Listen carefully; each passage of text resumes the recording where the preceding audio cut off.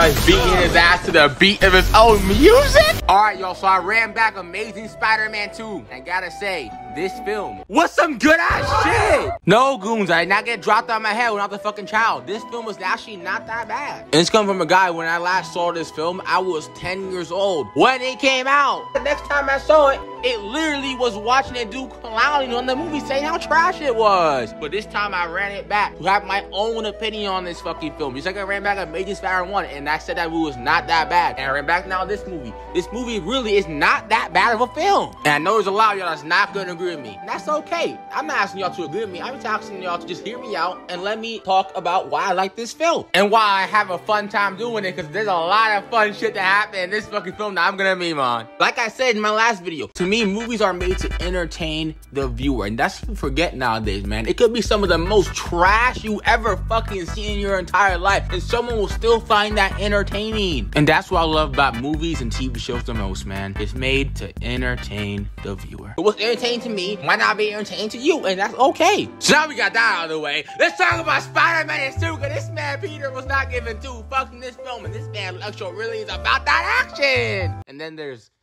Goblin. Yeah, I ain't gonna lie to y'all, he fucking trash. We'll get to him later on. Without further ado, let's get right into it. Movie opens up with two of the hardest transitions I've ever seen in my entire life. The first one being with Peter's dad's watch. That shit is clean. We then later on see what happens to Peter's parents, and they have a whole Mission Impossible fight scene with some op that's trying to kill them. I gotta say, man, a lot of people don't like this plot line, and I'm gonna keep real with y'all. I don't really mind it, because they literally teased it in the first film. If y'all run that back. That's what I heard y'all run that whole back. But they literally teased that in the first film about him wanting to know what the fuck happened to his parents, and he finished that plot line because they later, in turn, explained why the Goblin is gonna become the Goblin, because he injects himself with the spider venom, and in turn did not work because he needed the Parker bloodline. Yes, I know, y'all, the plot line is stupid, but like I said before, this is a comic book movie, son. Of course there's gonna be some stupid shit, and honestly I don't really care because it's comic book. And the reason why the dad was a human test subject that freaking mingled with the spider DNA, and only his bloodline is able to mingle with that because he was the original test subject. Yeah, like I said, it's dumb as fuck. But again, comic book movie. Have y'all not seen a comic book movie that has dumb plot lines in it, but you still like it? There is a bunch of them out there. After that, we get the second hardest transition in this entire film, because look at this shit, son. I'm not even gonna talk over it. Look at this shit.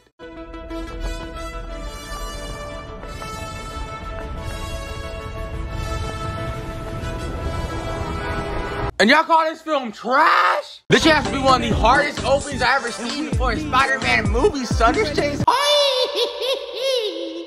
And then we get him web swinging with the best Spider-Man suit in live action today, because oh my fucking god, it is absolutely criminal that Insomniac did not put that shit in Spider-Man PS4. I'm about to slap a dick. And then we get to the second reason I enjoy myself so much, and that is this one fucking scene. Because this one scene, I knew I was gonna like the fuck out of this movie. Hello, Twilight 66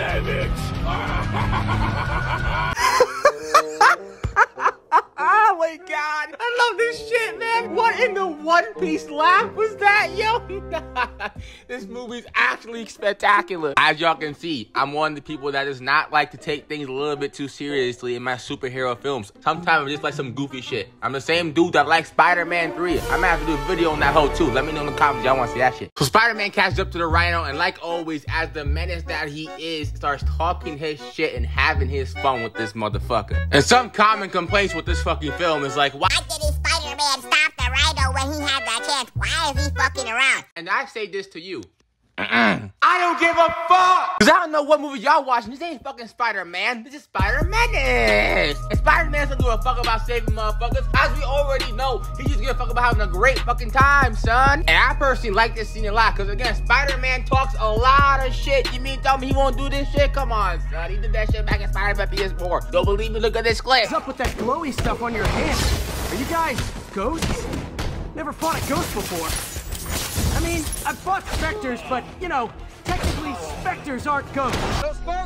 One of the reasons why Andrew's my favorite Spider-Man, son. He talks the most fucking shit, and I love it. And since this is basically the only scene that Rhino has until the end of this film, I'm gonna talk about it here real quick. One of the common complaints about this film is that there's 3 Spider-Man villains in this film. Nah, there's only 2 villains in this whole, son. The Goblin's bitch ass and Electro's electric ass, son. That is it. Like, if you're gonna bitch about a movie, at least bitch about your movie right. Get your damn facts.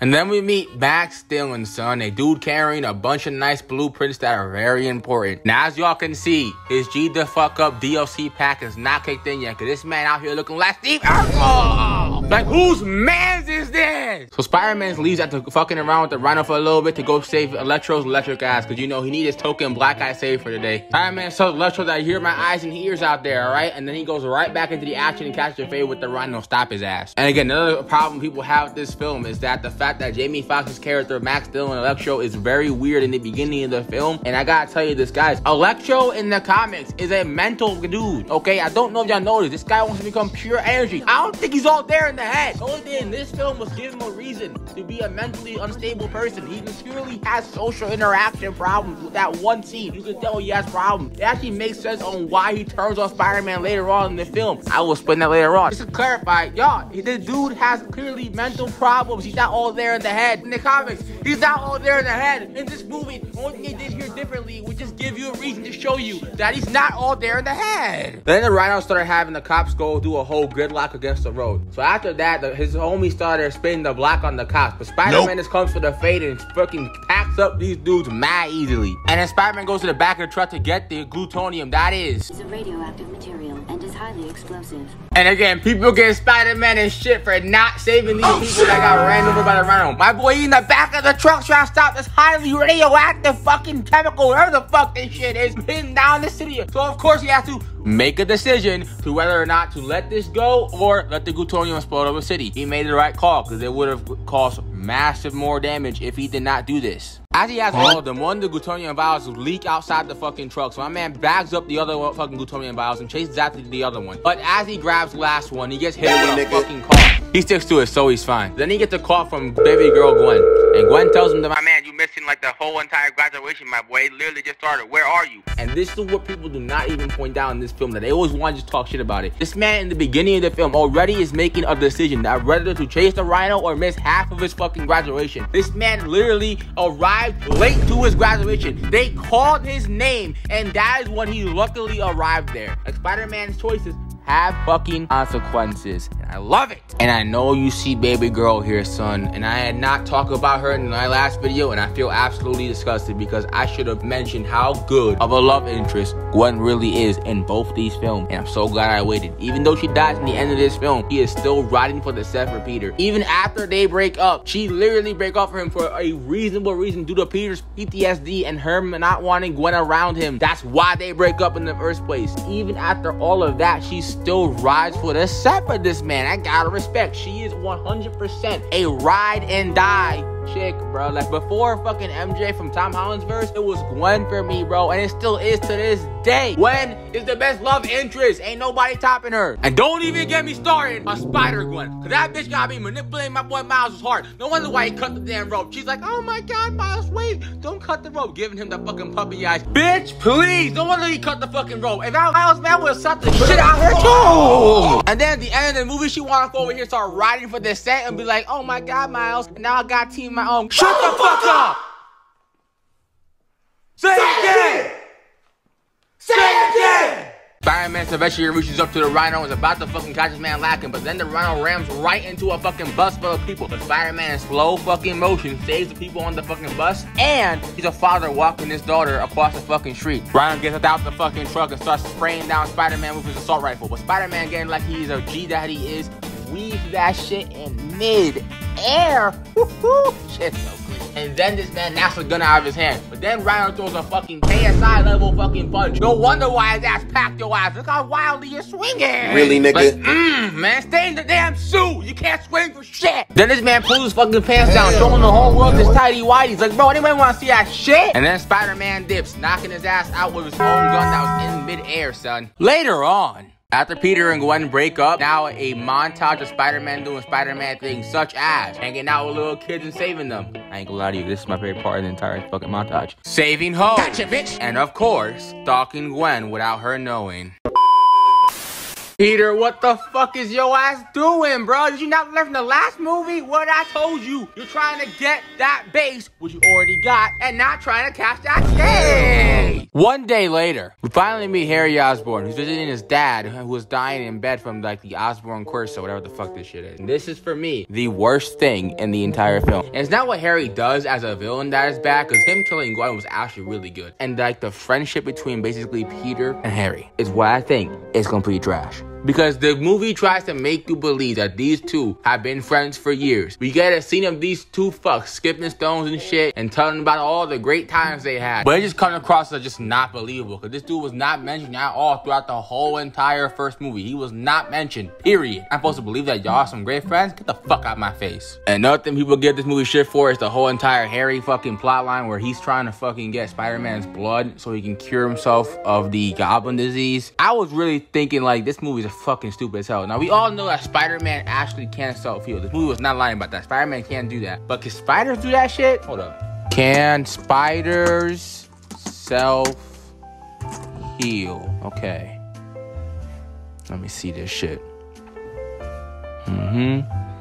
Yep, because spiders self-heal, can regenerate. Well, shit, I didn't even know that shit. I guess this movie was not lying, son. I guess spiders can self-heal. I guess all those motherfuckers that was talking shit in this film really gotta stop talking their shit. We were all wrong. Much later, I finally get to talk about the Electro Times Square fight. Let's get it! Electro's walking down Times Square to go ahead and juice himself up because all he's seeing is electricity everywhere. One thing I also gotta mention about how Electro is his design is so good, man. I like the whole entire blue look they got going on, and his whole body's like a whole electric circuit. And I don't know if anyone picked this up, but every time he talks, it sounds like electric, like electricity. I'm not fucking with you. It literally sounds like this. And look at this clip of this dude literally telling the ops what he's gonna do when he gets the fuck out of his prison. You do realize you locked me in a prison that runs on electricity. I can feel it in the walls. I can feel it in my veins.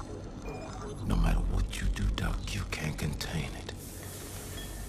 It's a force of nature. Like me. You want to know how powerful I am? Yeah. Well, so do I. I'm dying. Hello, Doc. But you better make damn sure you kill me this time. Because if you don't, I'm gonna kill the light. Everyone in the city is gonna know how it feels to live in my world. A world without power. A world without mercy. A world without Spider-Man. And everyone will be able to see me for who I truly am. And who are you?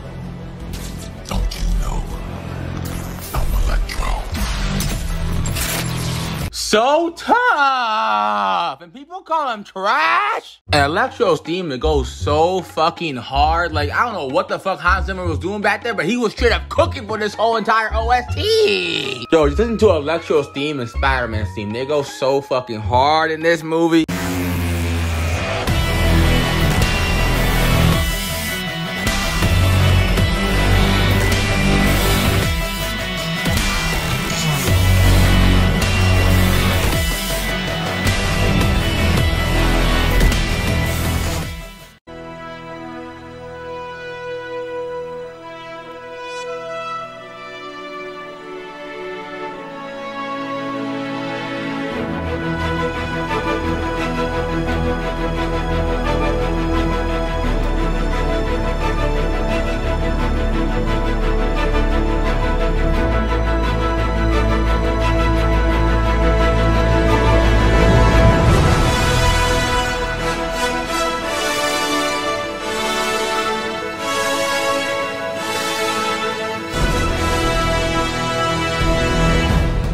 As Electro's juicing himself up, a cop walks by and he sees Electro doing this shit. And rightfully so, he tells him to stop. But as soon as Electro looks right up, he whips out the blicky on Electro because he realized this man is not a normal man. This is a man that's about that action. Then Truck Coon tries to run over Electro, but Electro stops that shit mad quick by accident and lifts him up over his fucking head and drop the fucking car over. Then the rest of the one-time arrive on the fucking set and they all have the blicky out on Electro, son. So one, the cops throw tear gas at Electro and that in turn causes Electro's powers to activate the tear gas sporadically. So then Electro defends himself by blasting that shit away with a static shock. Spider-Man survives on the set by saving this cop. Then goes in turn and says to Electro, Yo, Sparkles!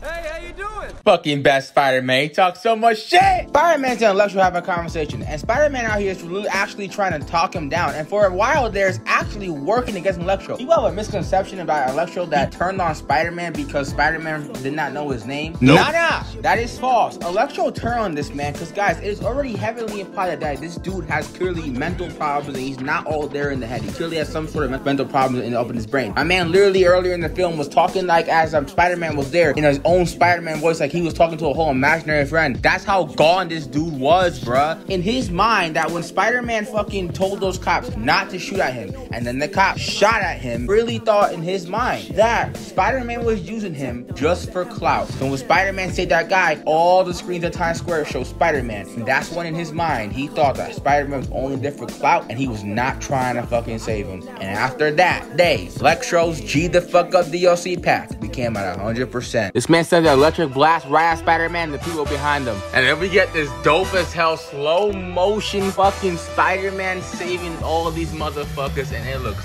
so goddamn clean. I heard y'all run that back at that whole look straight fire.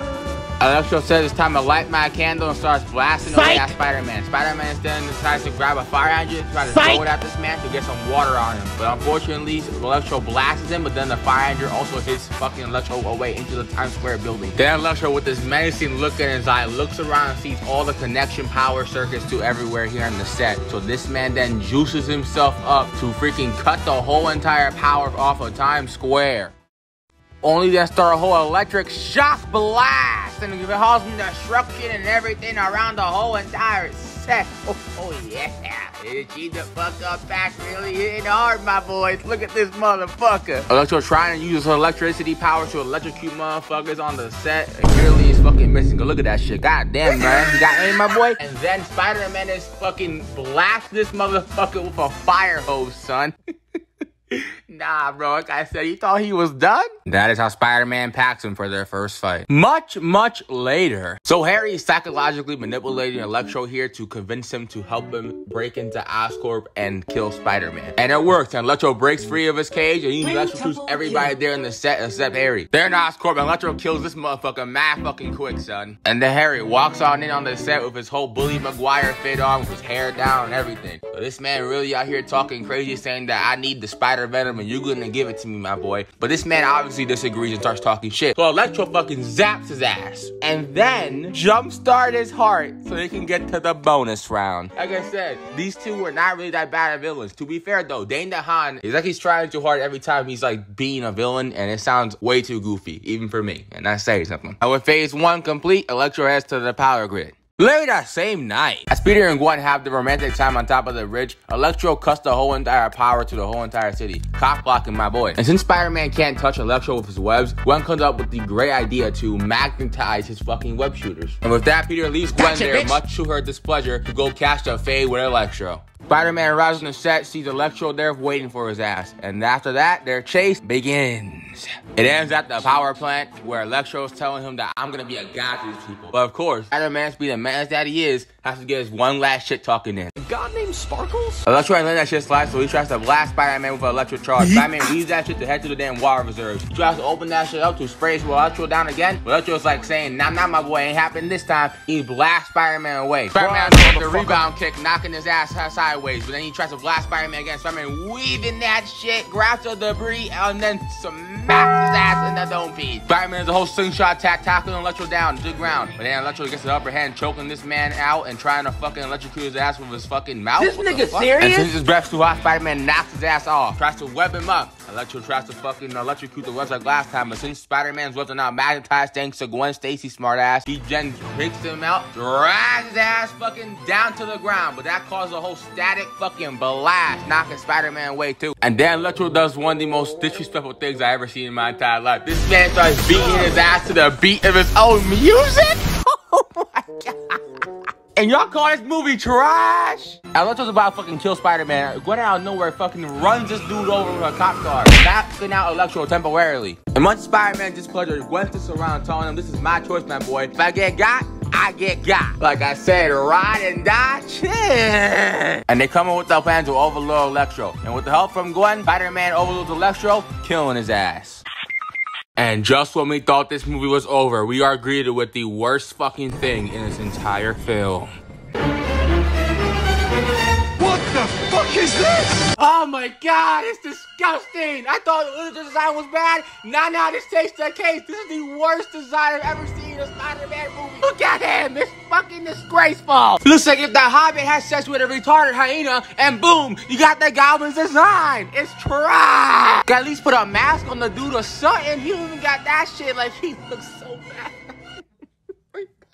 Like when people call this movie trash, this is what they mean. This garbage looking ass motherfucker. You ain't Goblin, my boy. Get out of my face. God damn, man. If you were not responsible for literally the top 5 best endings in a Spider-Man film ever, I would not even be talking about your bitch ass. So Goblin's ugly ass arrives and he starts looking at Gwen and then he looks back at Spider-Man. He figures out that Peter Parker is Spider-Man because he's not a fucking moron. And since Spider-Man took his hope away, he's gonna take Spider-Man's hope away. So he fucking takes Gwen up in the sky and the chase begins. Spider-Man chases after the Goblin and he tells him to drop Gwen. That's exactly what this motherfucker does. He catches her, but then Goblin throws one of his bombs at these motherfuckers and they fall right into the fucking clock tower. Spider-Man sets Gwen down so he can catch a fade with the Goblin. Goblin tries to swoop on it and sneak this motherfucker, but Spider-Man webbing this dude up because he having way more fire experience than this dumb fuck. And not gonna lie, Spider-Man's kind of packing this dude up, man. Look at these straight hits to the dome piece, bro. He ain't fucking around. He swings around and then knocks his ass off the fucking glider. Gwen falls due to the debris, but Spider-Man's managed to catch her with one of the webs. Now as he is pulling her up, Goblin fucking sneaks this man, trying to stop him from saving Gwen. Goblin gets over him by webbing his fucking hand,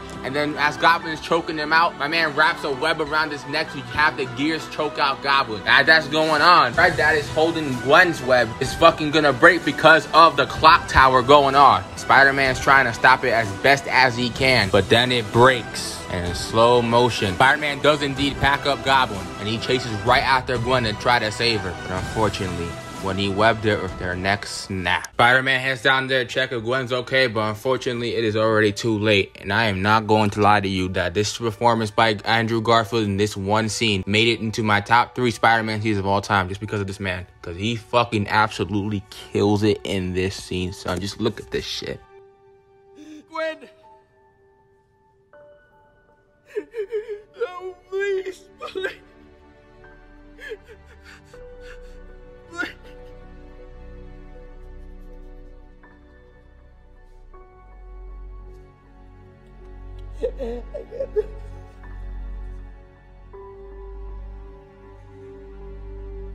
And people call him trash. Get the fuck out of my face! I'm not gonna lie to y'all. When I was rewatching this film to do this video, I was crying like a baby in this scene. I ain't gonna hold y'all. And this leads to the whole overarching point in this film, that Spider-Man's supposed to bring people hope. But what happens when his hope is taken away? Spider-Man, for 5 months straight, stopped being Spider-Man because of this. And what happened to him? He doesn't know what the fuck to do. What is the point of being Spider-Man anymore after her death? But after listening to Gwen's graduation speech, Peter realized that Spider-Man is that hope for this city. And that is what it truly means to be Spider-Man. Because even after all the bullshit, even after all the grief, pain, blood, sweat, and tears, Spider-Man perseveres through it all because Spider-Man brings people hope. Andrew Garfield may be Spider-Menace, but it'll always be, to me, my favorite Spider-Man.